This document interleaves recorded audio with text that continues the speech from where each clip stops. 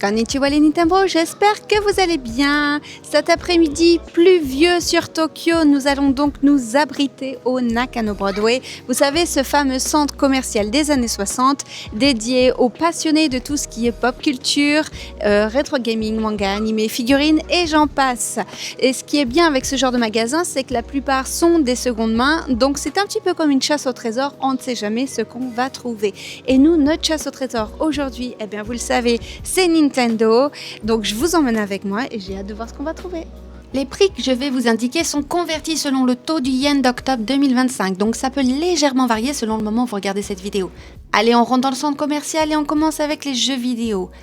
Voici quelques exemples du 9 à 45 € pour Donkey Kong Bonanza et 50 € pour Mario Kart World. Puis une multitude de jeux neufs aussi entre 30 et 40 €, les prix sont plutôt habituels. Côté console, la Switch de 9 est en rupture de stock, mais les prix affichés étaient de 307 € pour le pack avec Mario Kart et 284 € pour la console seule.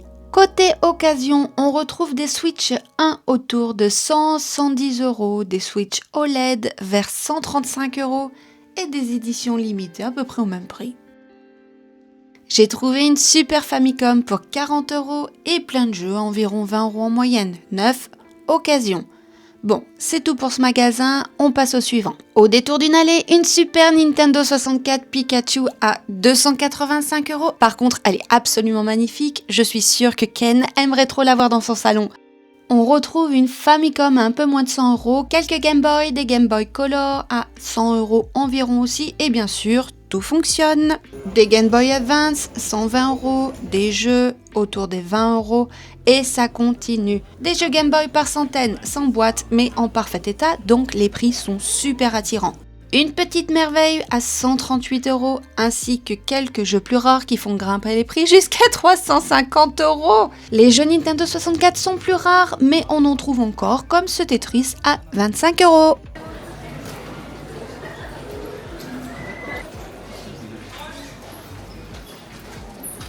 Et on continue avec les goodies. Ça, à Nakano Broadway, on n'en manque pas. Des maquettes, des amiibo, du jeu, des gachas plus ou moins vieux, tout au fond des étagères. Il faut fouiller au fond des caisses. Mais quel plaisir, j'adore chiner.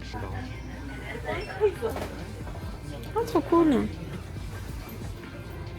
Des mini goodies vendus individuellement, des stickers, des vêtements. Il y en a de partout.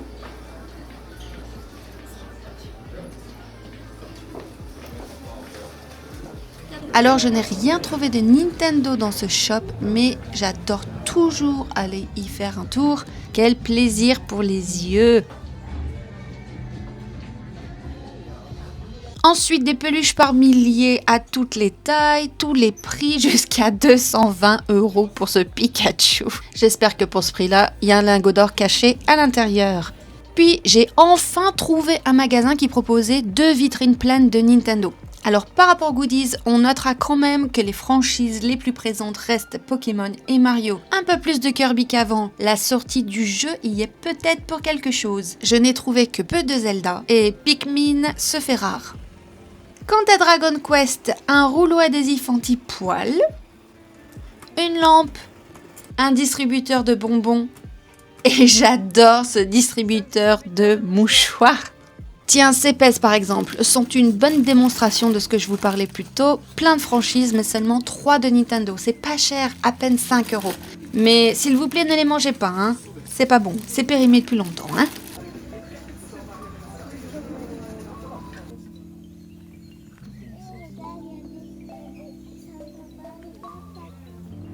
On passe ensuite aux cartes. Il n'y a pas une majorité de magasins, mais on trouve quand même des packs tout prêts avec une belle holographique en avant pour 6 €, donc probablement la seule du paquet. Je dis ça, je dis rien.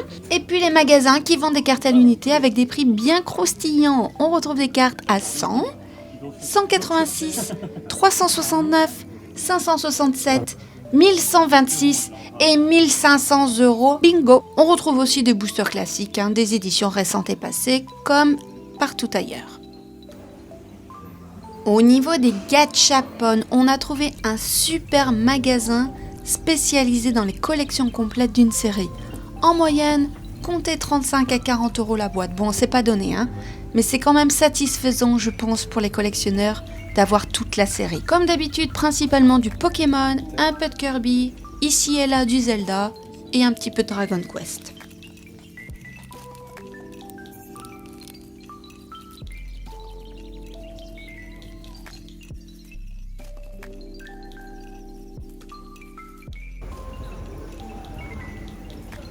Au niveau des librairies, on a commencé par une plutôt classique, mais à part des coloriages pour enfants, rien de Nintendo cette fois, sauf peut-être cette collection inattendue pour l'endroit.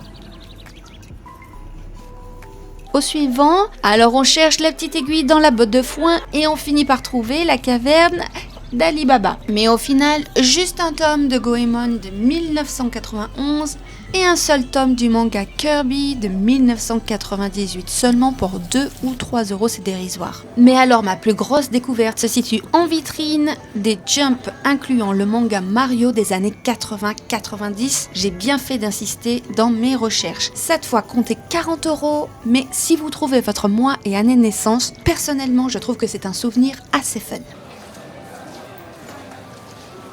Et on finit par une dernière librairie de seconde main un peu plus moderne avec principalement des livres de jeu, surtout du Dragon Quest, un petit peu de Xenoblade, comptez entre 2 et 10 € le livre, et 4 petits exemplaires de Doraemon sur Famicom. Alors ça c'est bien parce que ça c'était à 1000 yens et là c'est vendu à 600 yens maintenant.